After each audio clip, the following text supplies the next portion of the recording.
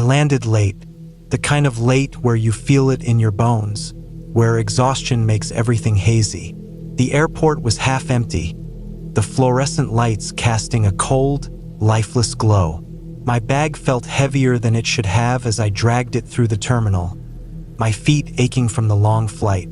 I had booked the Airbnb weeks ago. It was nothing fancy, just a small studio apartment in a quiet neighborhood. The host, Daniel, had glowing reviews. Words like clean, private, and perfect for solo travelers had reassured me. He had messaged me earlier with check-in instructions. Welcome. The key is in the lockbox. Code is 4729. Make yourself at home. Let me know if you need anything. No need to meet the host in person. Ideal. Outside, the city felt eerily still. It wasn't a dangerous area, but it was one of those neighborhoods that seemed to shut down after dark. The Uber dropped me off in front of a modest, older apartment complex. A few windows were lit, but most of the building was dark. The air was cool, tinged with the faint smell of rain and pavement. I found the lockbox easily, punched in the code, and retrieved the key. The door opened with a soft click, revealing a clean, simple space.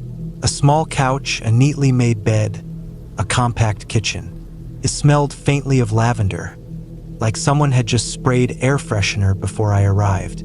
I exhaled, relieved to be alone. I went through the usual motions, unpacking my toothbrush, plugging in my phone, checking the Wi-Fi. The place was nice. A little too nice, maybe. There was something about it that felt staged. The coffee table was at an odd angle, like it had been set there for a photo. The throw pillows looked brand new. The fridge was completely empty, not even old condiments. I brushed it off. Some hosts just kept things pristine. I showered quickly, the warm water easing the stiffness from my shoulders. By the time I got out, exhaustion had fully set in. I changed into an old t-shirt and crawled into bed. The sheets smelled freshly washed. Then I noticed the smoke detector. It was positioned directly above the bed. At first, it seemed normal, just a small plastic circle on the ceiling. But then I saw the tiny red light blinking in a strange, irregular pattern. Not like a usual smoke detector. I frowned, sitting up. Blink, blink, blink. Pause, blink. Felt deliberate. I told myself I was overthinking. Maybe it was just an odd model, but something nagged at me. I grabbed my phone and searched. Can smoke detectors have hidden cameras? The first result made my stomach drop.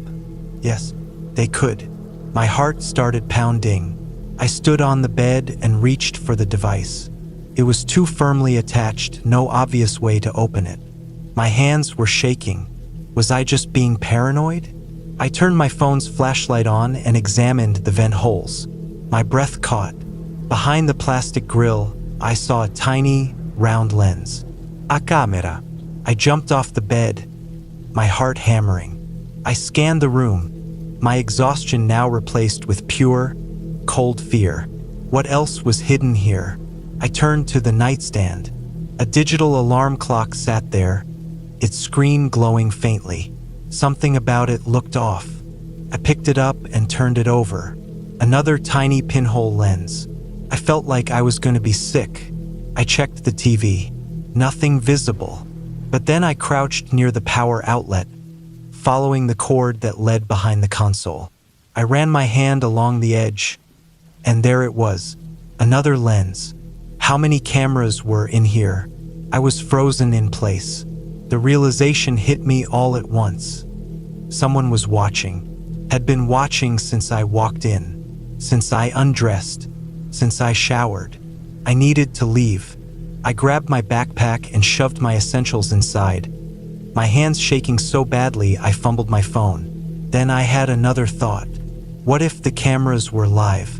What if someone was watching me right now, seeing my every move? I felt exposed, violated. I forced myself to move quickly but calmly. No sudden movements. If they were watching, I didn't want them to know I had figured it out. I grabbed my keys and slipped on my shoes.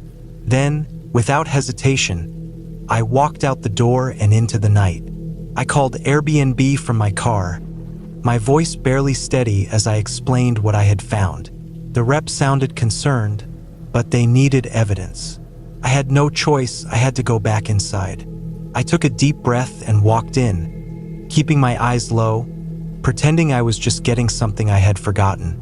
I snapped pictures of the cameras, the smoke detector, the clock, the TV console. I didn't touch them. I didn't want to risk erasing any fingerprints. Then I left for good. I checked into a hotel that night, deadbolt the door, and barely slept. Every time I closed my eyes, I imagined someone watching from behind the mirror, through vents, through cracks in the walls. Airbnb responded the next day. They removed the listing immediately and banned the host. But I never got answers. I never learned how many people had been filmed before me, or how many people had watched.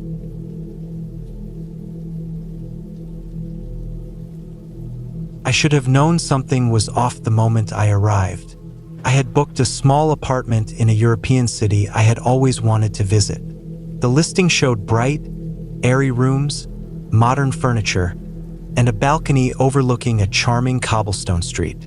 The price was reasonable, not too cheap, not too expensive. I had read a few reviews, all positive, though they were vague. Great place. Would stay again. Host was nice. No details, but at the time I didn't think much of it. The moment I stepped out of my taxi and looked up at the building, my stomach tightened. The facade was cracked and peeling, old graffiti covering part of the lower wall. The mailboxes near the entrance were broken, stuffed with crumpled papers and trash. It didn't look anything like the pictures, but I tried to brush off my unease. Maybe the inside was better. I pulled up my Airbnb app and rechecked the instructions. There was no check-in desk, just a lockbox near the door. My host had sent me a code earlier that day. I found the box, entered the numbers, and pulled out a single key. It felt slightly greasy in my hand, like it had been handled too many times. I stepped into the building. The hallway smelled of mildew. Dim yellow light flickered above me, buzzing faintly. The walls were stained, the floor creaky under my steps. Felt wrong. Still, I told myself to calm down. Maybe the host just wasn't good at upkeep. Maybe the apartment itself was fine. I found the unit, third floor, door on the left. The key slid into the lock easily, and I stepped inside. The inside was better, but still off. It wasn't filthy, but it felt half abandoned. The furniture looked cheap and slightly out of place, like it had been thrown together at the last minute. The walls were bare, no decorations, no personality. The bed was made, but the sheets looked thin and worn.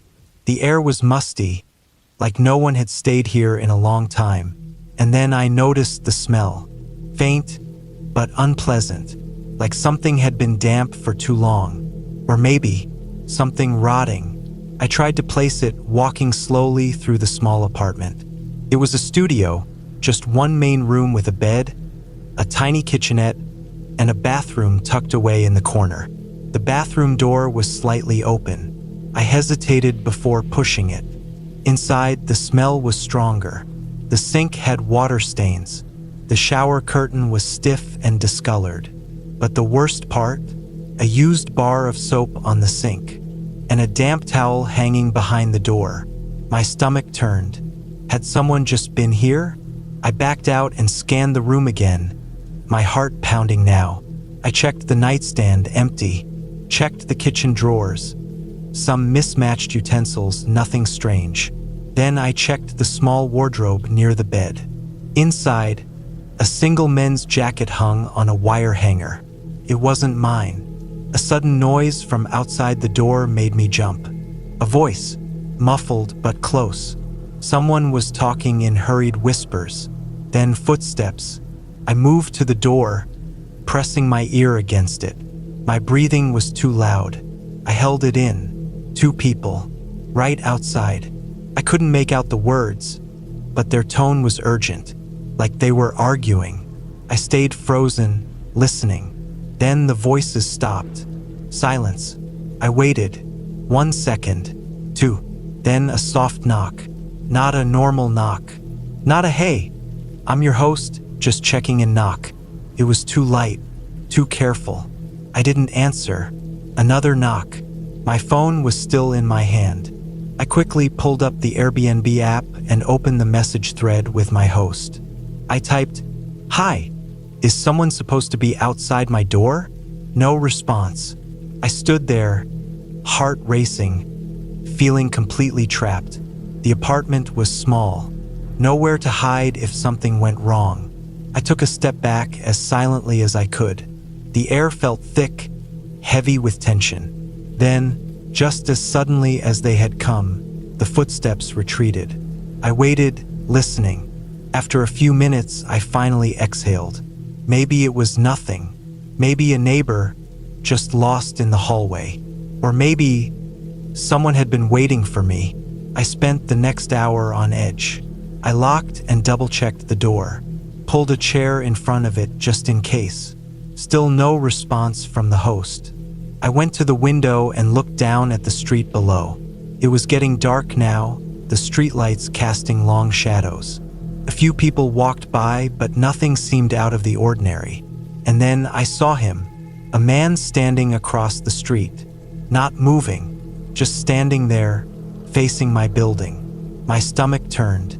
Was he looking at my window, or just standing? I told myself I was being paranoid. Just a random guy, just a coincidence. But then he moved.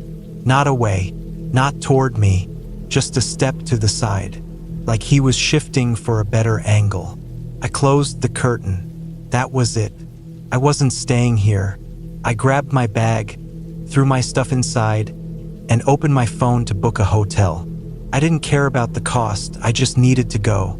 As I scrolled, I decided to check something. I went back to the listing, scrolling through the pictures again. That's when I noticed something I had missed before. The apartment in the pictures had a different window. The furniture was arranged slightly differently. The bathroom tiles? Not the same color. It wasn't just a bad listing. It wasn't the same apartment. My entire body went cold. I immediately searched the address on Google, looked up the street, then I checked other rental sites, and then I found it. The same pictures, the same descriptions, listed under a completely different host, a different name, a different phone number. My stomach dropped. I had been scammed. But that wasn't the worst part. I checked the reviews, and that's when I saw the warnings. The host never showed up. Got locked in for hours, no response. Felt unsafe, had to leave. And then the last one. Someone tried to enter in the middle of the night. I slammed my phone down. I was leaving. Now, I grabbed my bag and rushed to the door. I moved the chair away as quietly as possible, heart hammering. I unlocked the door, cracked it open, and peered out. The hallway was empty. I stepped out, closing the door behind me. Then I heard it, a door opening just down the hall. Footsteps, slow, coming my way. I didn't look. I didn't breathe. I just walked fast toward the stairs. I took them 2 at a time, pulse pounding in my ears. By the time I hit the street, I was shaking. I didn't stop until I found a taxi. Didn't look back at the window. Didn't check if the man was still standing there. I just told the driver, "Take me anywhere else." I reported the listing. Airbnb took it down. But I never got an answer. Who was the real host? Who had been in that apartment before me? And who was coming down that hallway when I left? I don't want to know. I haven't used Airbnb since.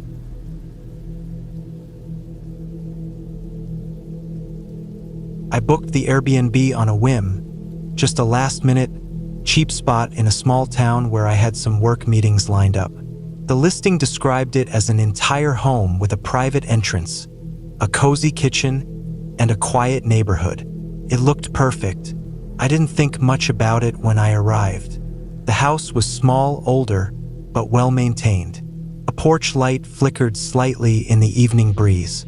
I had messaged the host earlier to let him know I'd be checking in around 7 p.m. He responded with a short, polite reply, saying the key would be under the doormat. Sure enough, when I lifted the mat, there it was. A simple brass key. I unlocked the door and stepped inside. The first thing I noticed was the smell, clean, but almost too clean, like someone had just scrubbed the floors minutes before I arrived. The air carried that sharp scent of industrial disinfectant, something you'd expect in a hospital rather than a home. The second thing I noticed was the bedroom door, slightly ajar. A light was on inside. I froze. My first thought was that I had walked into the wrong house. Maybe the host had given me the wrong address. But no, the description matched exactly. Same furniture, same layout as in the pictures. "Hello," I called out, half expecting someone to answer. Silence. Cautiously, I stepped forward, nudging the door open with my foot. The room was empty, just a neatly made bed, a single nightstand, and a dresser. A small lamp glowed softly in the corner. Nothing was out of place, but I had this uneasy feeling, like someone had just been there. The air felt thick, heavy with the kind of warmth a body leaves behind after sitting in one place for too long. Still, I shook it off. Maybe the host had forgotten to turn the light off before leaving. It was weird, but not alarming. I closed the bedroom door, locked the front door behind me, and set my bags down. That's when I heard it. A floorboard creaked, somewhere in the house. I froze, my ears straining. Nothing, just the low hum of the refrigerator in the kitchen. I let out a breath. It's an old house. Old houses make noises.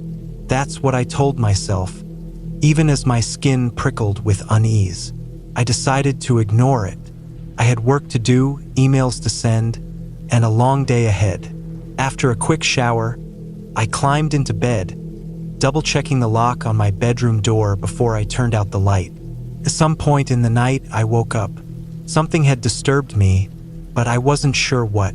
The room was quiet, save for the soft ticking of a clock somewhere in the house. Then I heard it, a rustling sound, faint, almost imperceptible. It was coming from outside my bedroom door. I held my breath. For a moment, nothing. Then, the sound again, a gentle shuffle, like fabric brushing against wood. Someone was there. I sat up slowly, heart hammering. My mind raced through possibilities. A burglar? A mistake? Maybe the host had forgotten something and came back? I reached for my phone, but the screen was black. Dead battery. A new sound.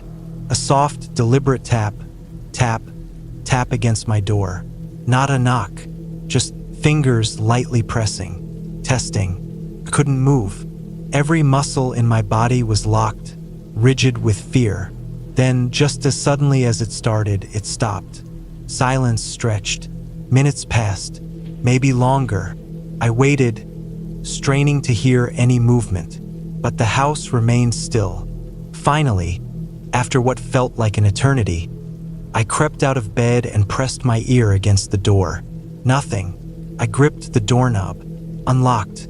Slowly, carefully, I twisted it open just a crack. The hallway was dark, empty, but then I saw it. The closet door at the end of the hall. It was open, just a sliver.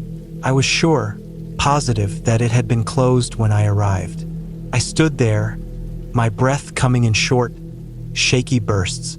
Then, ever so slightly, the door shifted. Someone was inside. I did the only thing I could think of. I slammed my bedroom door shut, locked it, and pushed a chair against the handle. My pulse was a drum in my ears.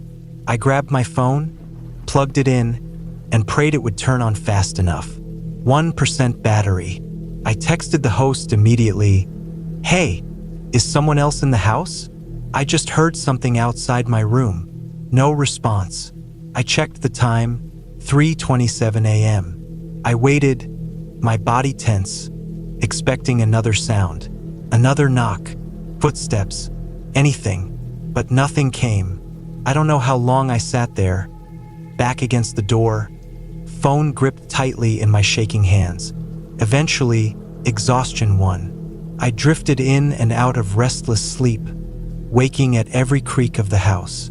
By morning, the fear hadn't faded. I cautiously opened my door and stepped into the hallway. The closet was closed. No sign of anyone. No footprints. No open windows. It was like nothing had happened. But then my phone buzzed. A message from the host. "Oh, that's just me. I stay in the back room. You won't even notice I'm there." I stared at the message, reading it over and over again. The listing had said entire home. No mention of a shared space. No mention of another person living there. I felt sick. How long had he been there? Had he watched me arrive? Was he the one who left the bedroom light on? Had he been outside my door? I grabbed my bags and left without another word. As I drove away, I checked the reviews again. Buried among the positive ones, I found it. A single comment from months ago. Host stays in the house. Didn't feel safe. Would not book again. I wish I had read it sooner.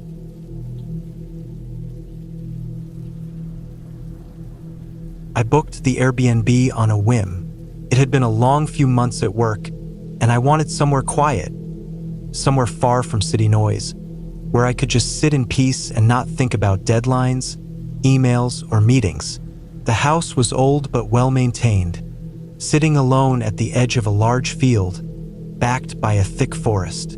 The photos had shown a rustic, cozy interior with wooden beams and antique furniture, and it was exactly my kind of place. When I arrived, the sun was already setting.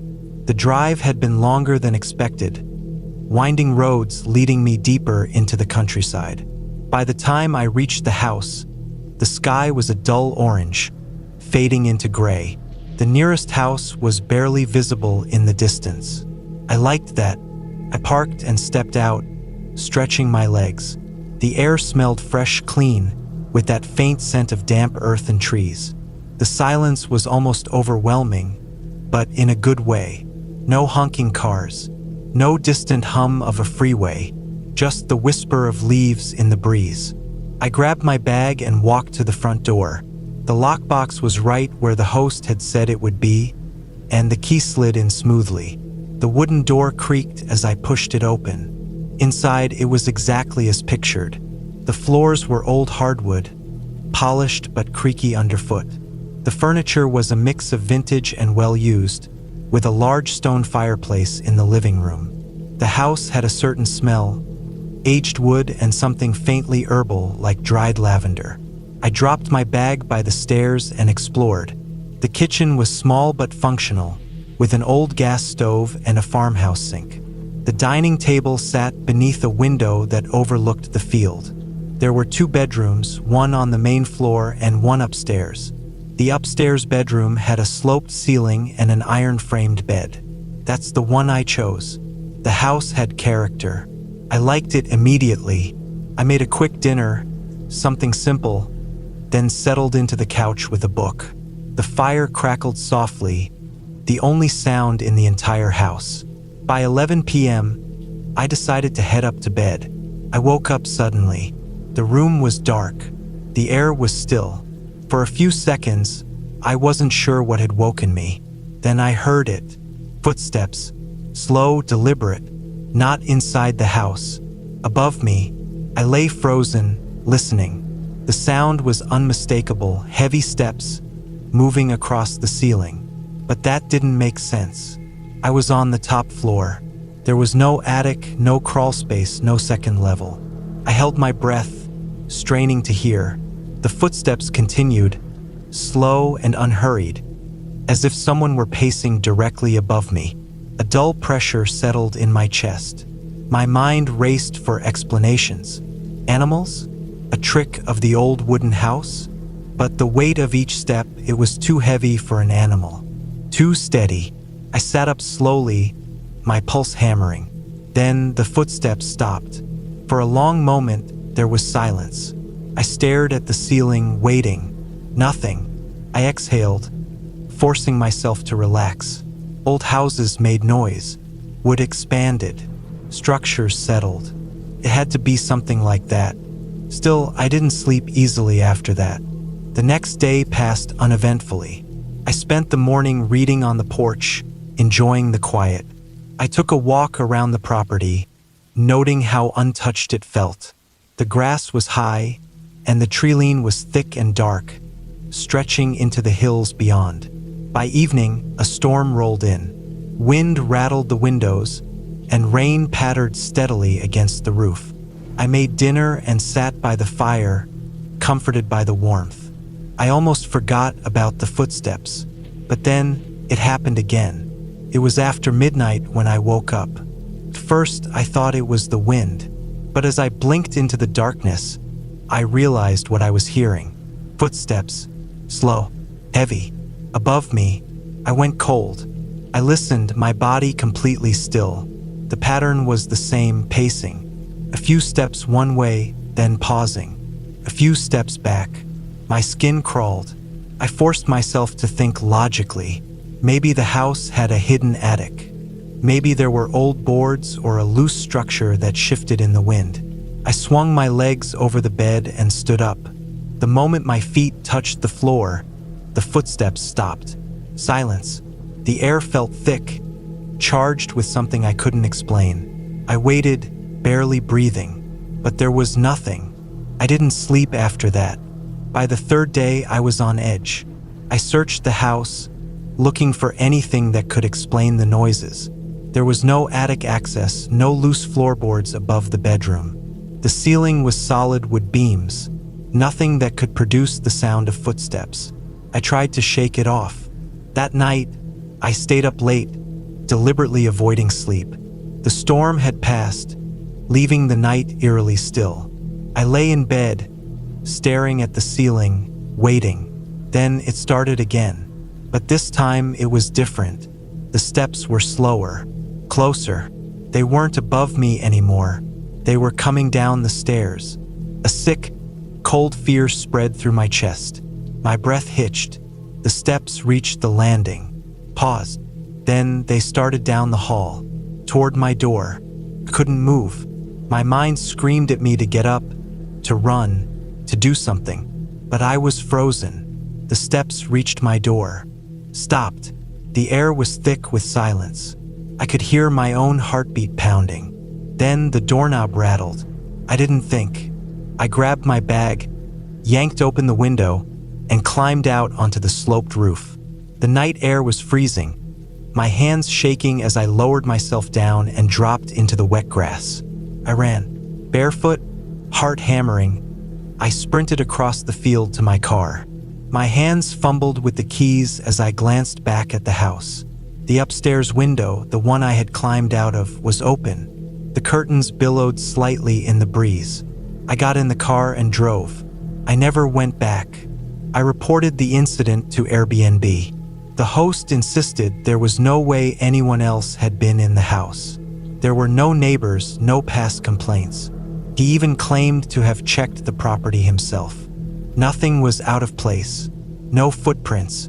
No sign of forced entry. No explanation. To this day, I don't know what I heard in that house. But I know one thing for certain. I wasn't alone.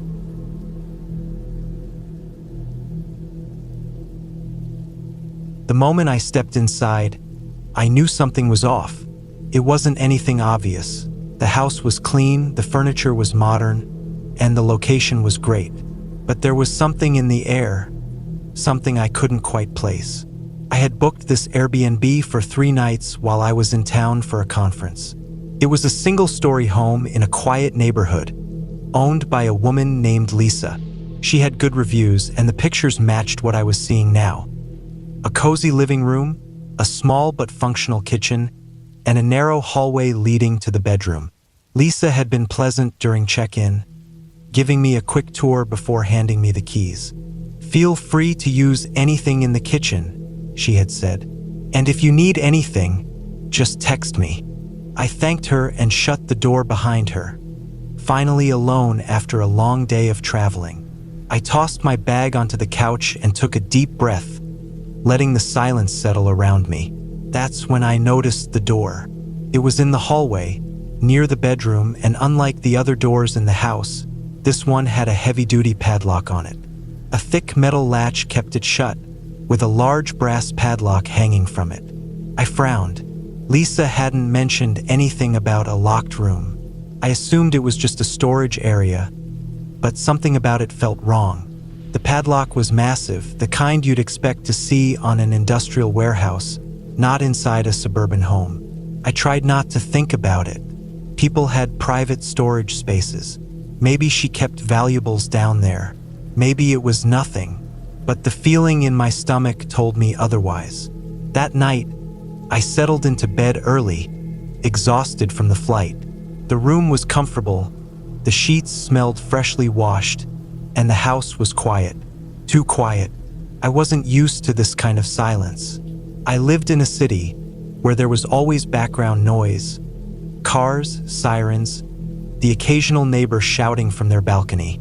Here there was nothing, just an eerie stillness. I closed my eyes and focused on my breathing.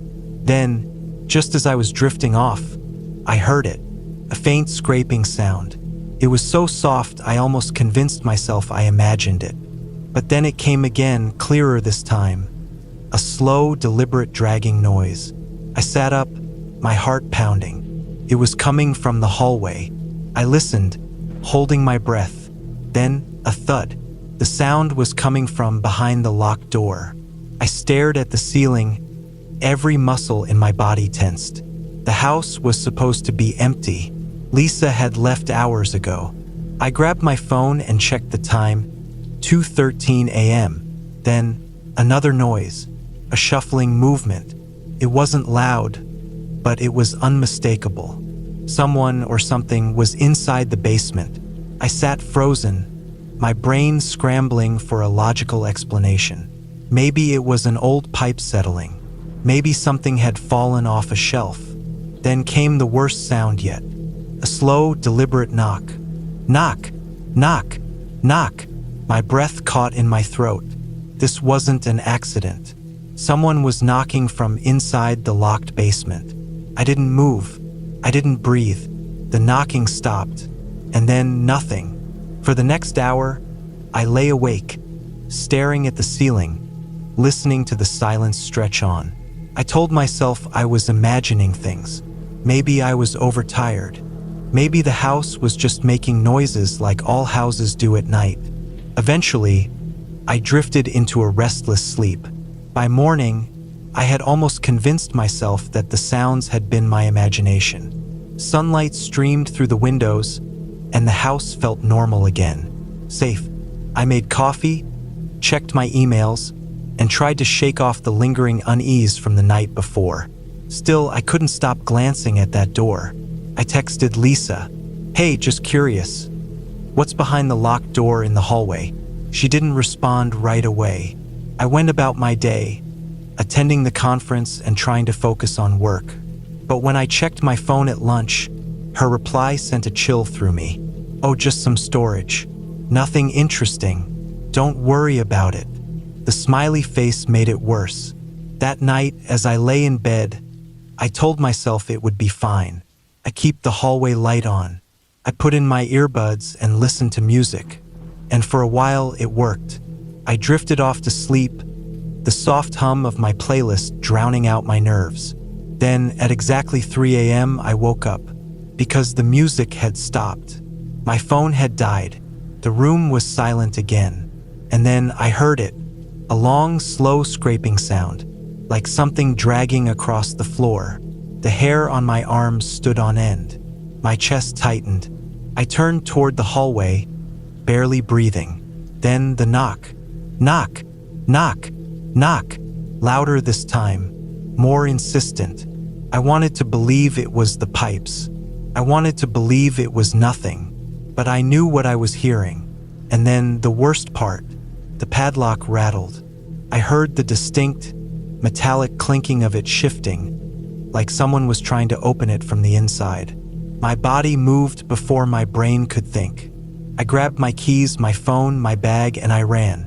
I didn't stop until I was in my car, engine roaring to life, my hands shaking as I gripped the steering wheel. I drove straight to a hotel and didn't sleep the rest of the night.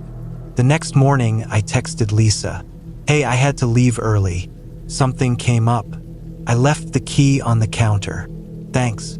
She didn't reply. I left a neutral review, saying the house was clean and well kept, but mentioning that I had trouble sleeping because of unexplained noises. A week later, I got curious and checked the listing again. It had been deleted. Lisa's profile was gone. The house was no longer available. It was like it had never existed. I still don't know what was behind that door, and I never will.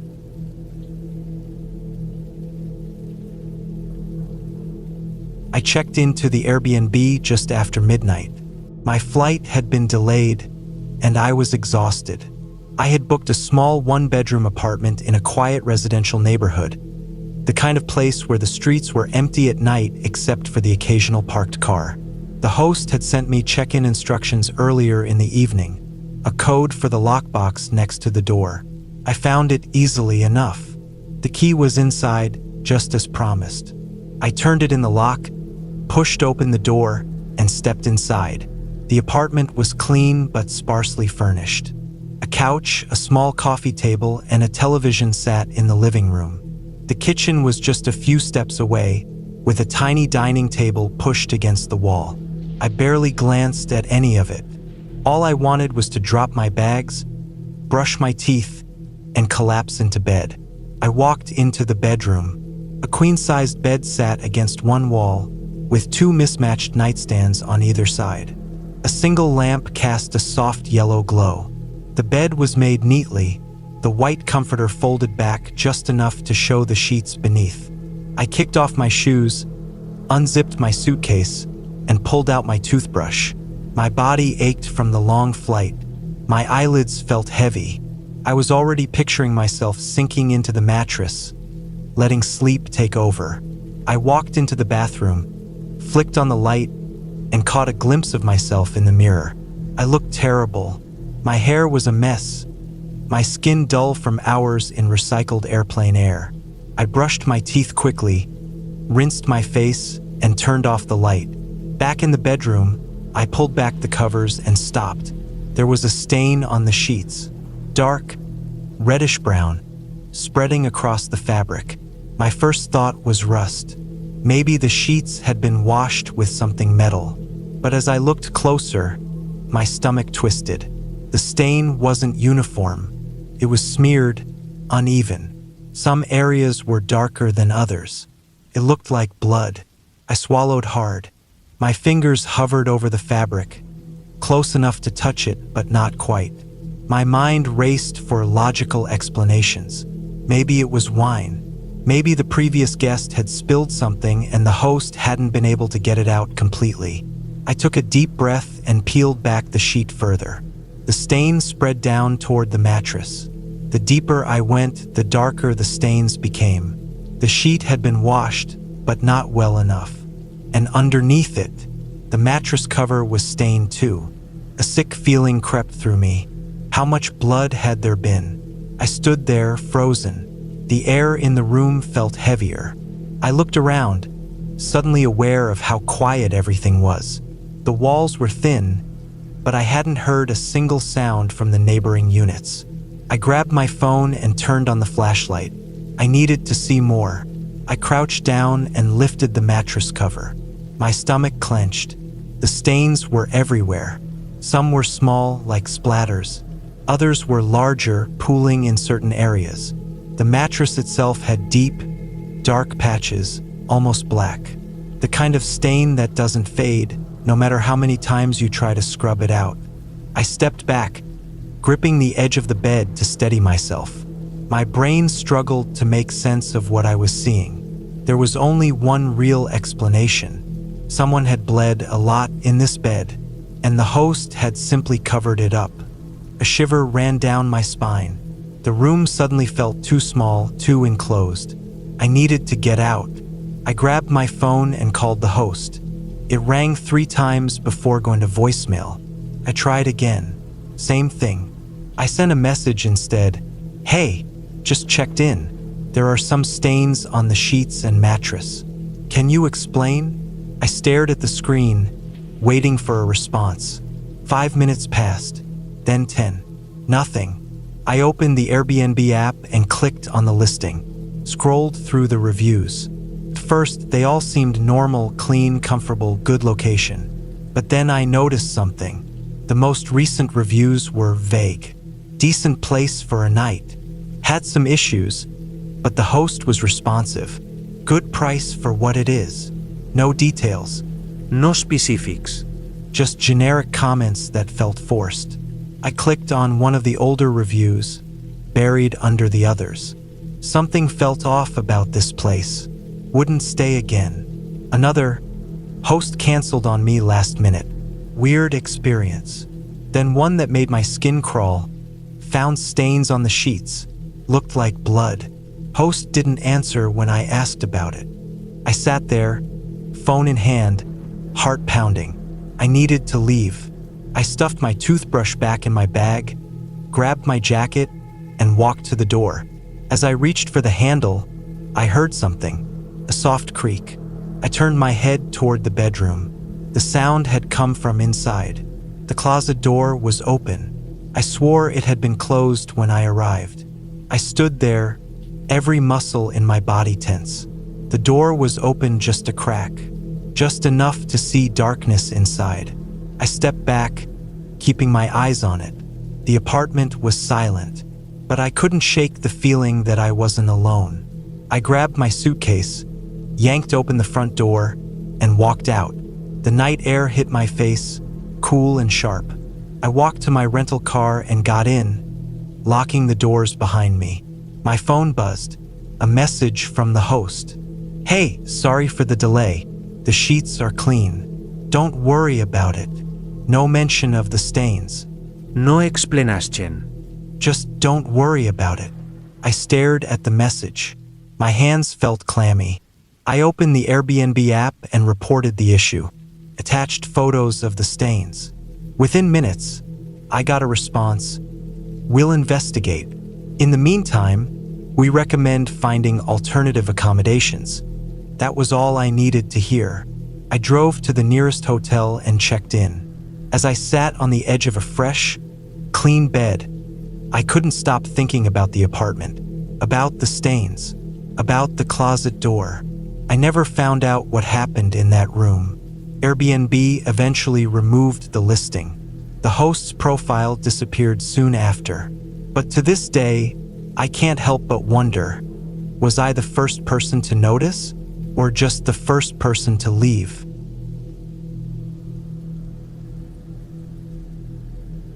I booked the Airbnb on a whim. I had been traveling for work nonstop, spending weeks in different hotels, all of them sterile and impersonal. I wanted something that felt like a home, something cozy. The listing was perfect. A one-bedroom apartment in a quiet residential neighborhood, priced way lower than it should have been for the area. The pictures showed warm lighting, soft furniture, and a small balcony with plants spilling over the railing. I messaged the host, a woman named Linda, and she responded quickly. Happy to have you. The apartment will be all yours. Check-in is at 3 p.m. Just use the lockbox for the key. Let me know if you need anything. Seemed easy enough. I arrived late in the afternoon. The neighborhood was quiet, rows of small houses and apartment buildings with neatly trimmed lawns. The unit was on the second floor of a 2-story building, tucked away behind a set of metal stairs. I found the lockbox, punched in the code, and pulled out the key. When I stepped inside, the first thing I noticed was the smell clean, but not in a chemical way, more like fresh laundry. The place was exactly like the photos. A small living room with a plush couch, a coffee table, and a TV mounted on the wall. The kitchen was compact, but fully stocked with utensils and appliances. The bedroom was simple. A queen-sized bed, a wooden dresser, and a full-length mirror leaning against the wall. The closet door was slightly open, just enough to see inside. Mostly empty, except for a few spare blankets folded on the top shelf. I dropped my bags, locked the door behind me, and took a long shower. By the time I got out, the sun had set. I pulled on a t-shirt and sweatpants, made a quick sandwich, and settled onto the couch to watch something mindless on TV. The place felt safe, comfortable. I was asleep within an hour. I woke up to a noise. At first, I thought it was part of my dream, something distant, muffled. Then, as I blinked into the darkness, I heard it again. A soft, shuffling sound. I turned my head, trying to place it. It wasn't coming from outside. It wasn't the hum of the refrigerator. It was closer, inside the apartment. I held my breath, straining to listen. The noise stopped. Maybe it was the building settling. Maybe my brain was still fogged from sleep. I rolled over, pulling the blanket tighter around me. Then a quiet creak. I sat up, heart hammering. It had come from the bedroom. I reached for my phone, fumbling to turn on the flashlight. The screen cast a dim glow, enough to see the outline of the room. Everything looked normal. Then my eyes landed on the closet door. It was open, not wide open, just an inch or two more than it had been earlier. I stared at it, forcing myself to breathe evenly. Had I left it like that? Maybe I had. Maybe the air from the vent had shifted it. Maybe I was being paranoid. I got up, walked over, and pulled it shut. The door clicked softly into place. I hesitated for a second before testing the handle. It held firm. I shook my head at myself, exhaling. "You're being ridiculous." I climbed back into bed, pulling the covers up to my chest. This time, I left the phone in my hand as I drifted off. The next day passed without incident.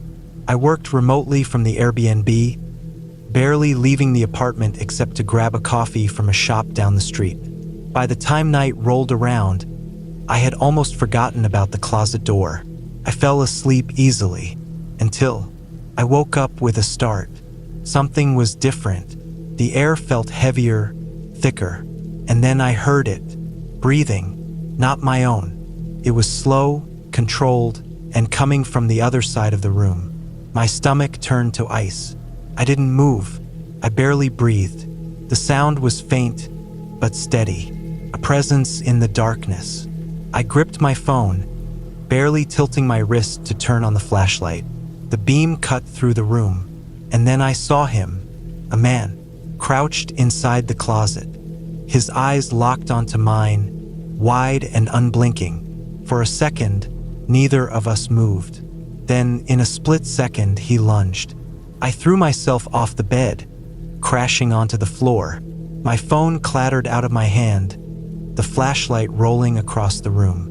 Footsteps, heavy, fast, coming toward me.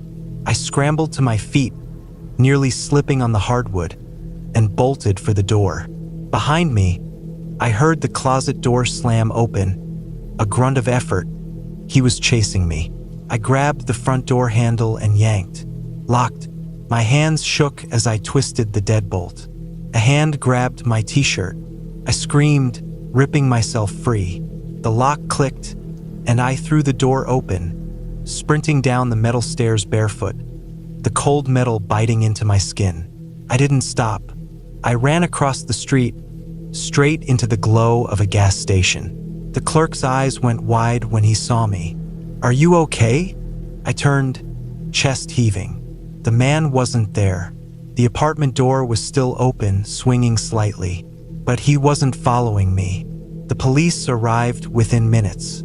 They searched the apartment. He was gone.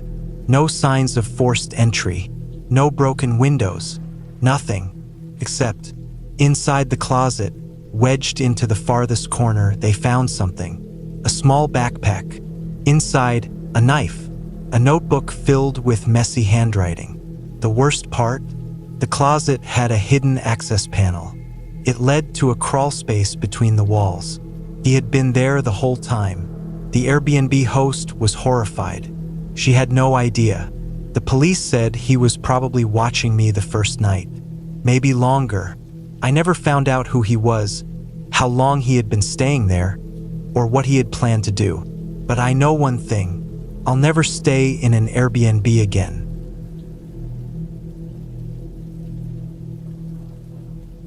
When I booked the Airbnb, I thought I had found the perfect place. It was a small one-bedroom apartment in a quiet residential area, just outside the city. The price was reasonable, the photos looked clean and well-maintained, and the reviews, at least the ones I skimmed, were mostly positive. I didn't have any reason to think twice about it. I arrived in the early afternoon, parked my car, and walked up the narrow driveway to the front door. The neighborhood was peaceful, too peaceful actually. No cars passed by. No one walked their dogs. The only sounds were the faint rustling of leaves and the occasional hum of an air conditioning unit from one of the nearby houses. The lockbox worked smoothly, and I let myself inside. It was exactly like the photos, small but comfortable. A simple couch, a clean kitchen, a queen-sized bed. The kind of place that was neither fancy nor cheap, just normal. But the first thing I noticed almost immediately was the smell. It wasn't overpowering at first, just a faint, unpleasant odor in the air.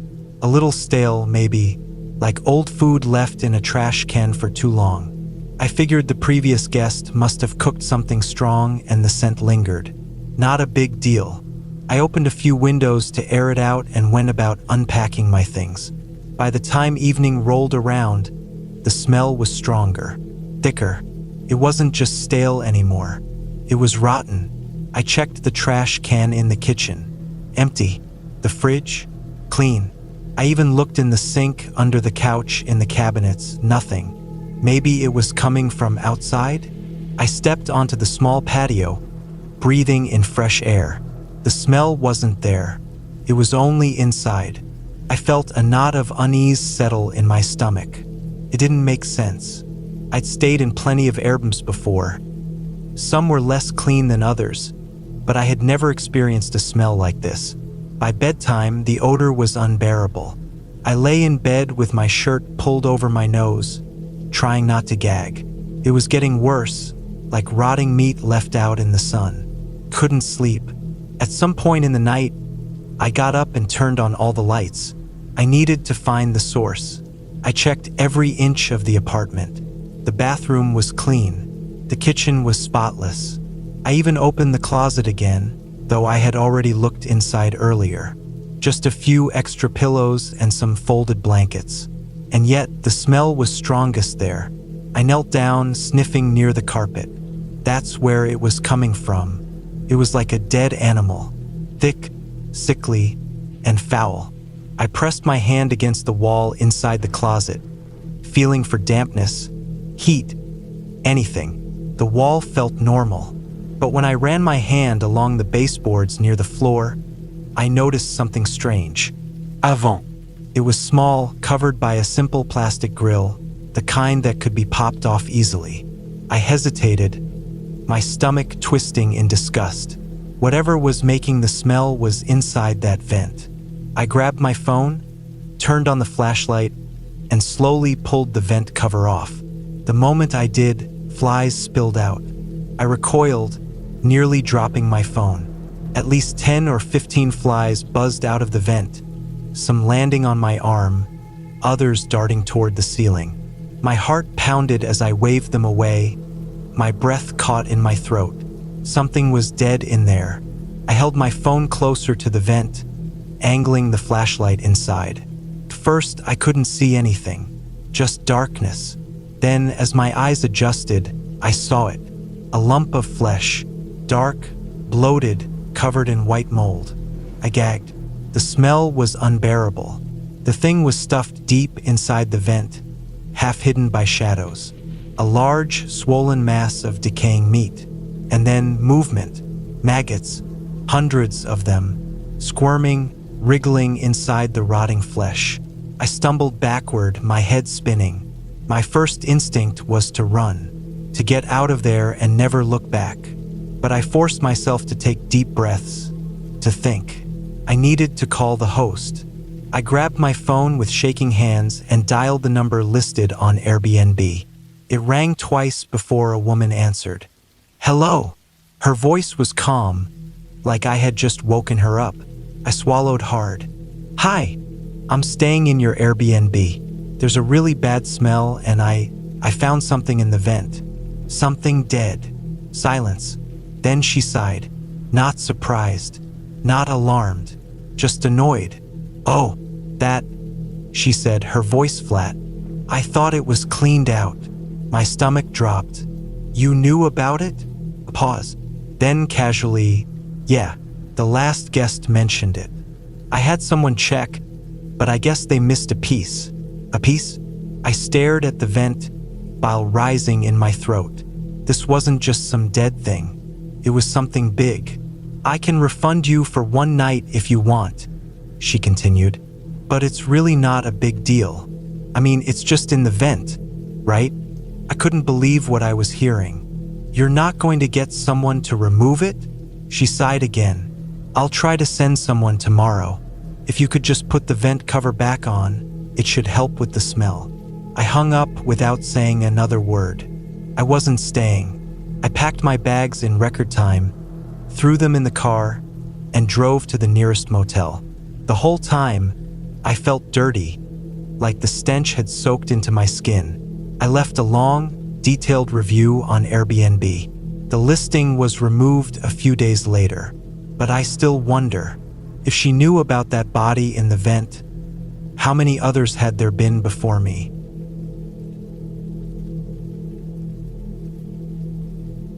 It was already late when I arrived at my Airbnb, a small one-bedroom apartment in an older building just outside the city center. I had been traveling all day and was exhausted, eager to drop my bags and get some rest. The host had sent me a message earlier with the entry code for the keypad lock. Everything seemed straightforward. The listing had dozens of positive reviews, and the pictures showed a clean, modern space with soft lighting and neutral colors. Inside, the place matched the photos. It had a compact kitchen, a cozy living area with a couch and TV, and a small bedroom with a queen-sized bed. The bathroom was just off the hallway, and I noticed right away that it looked too clean, almost like a hotel room. Something about the mirror above the sink caught my eye immediately. It was perfectly spotless, without a single smudge or speck of dust.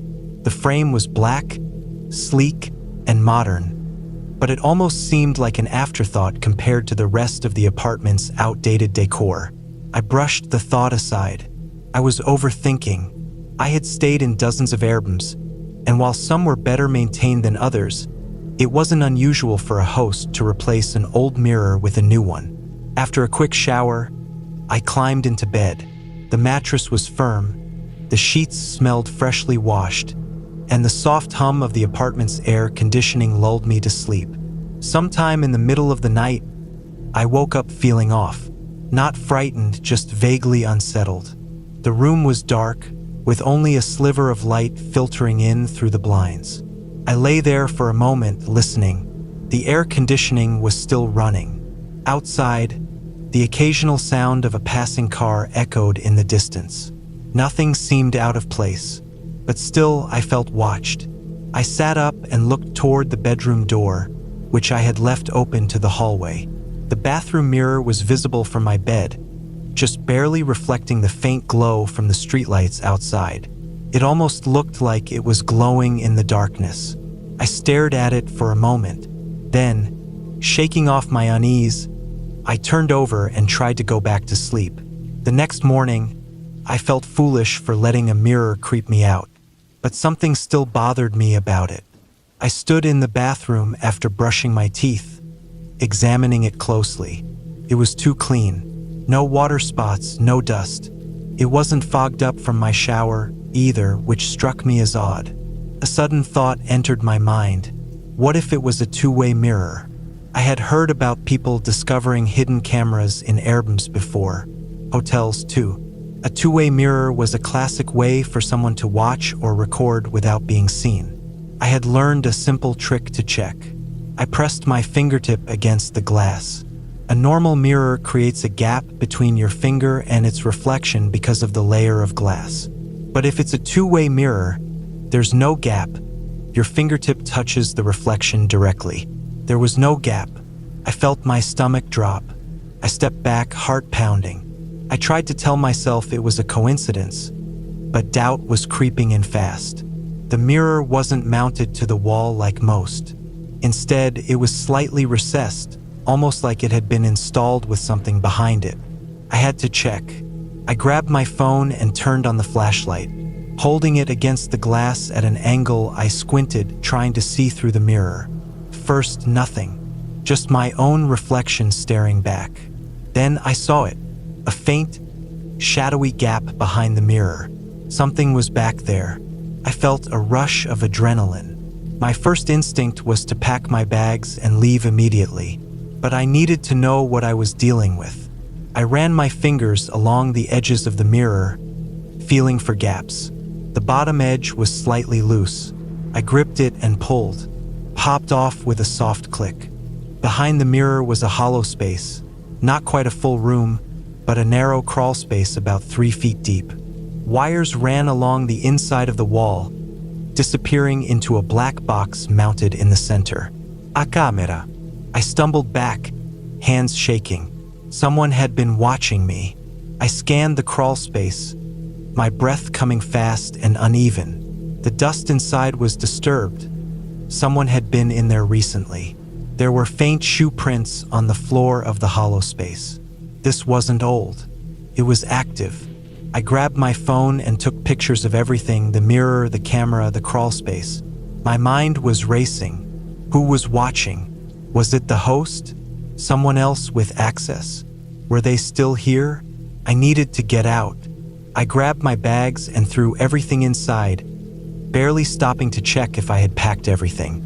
My heart was hammering against my ribs as I yanked open the apartment door and rushed outside into the sunlight. I was about to call the police when I noticed a car parked across the street. A man sat in the driver's seat. He was staring at me. Our eyes met for a split second before he quickly started the engine and pulled away. I barely got a glimpse of his face, but I was sure of one thing. I had seen him before. His profile picture. He was the host. I called AIRBNB's customer service line immediately. They told me to leave the area and report it to the police, which I did. The officer I spoke to took my complaint seriously. When I showed him the photos, he nodded grimly. "This isn't the first time we've seen something like this," he said.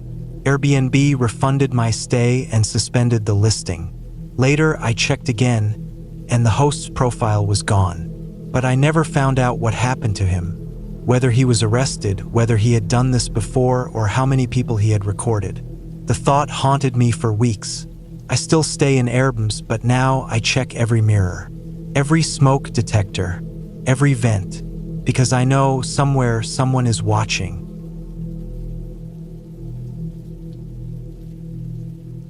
The apartment was exactly what I needed: small, affordable, and in a quiet part of the city.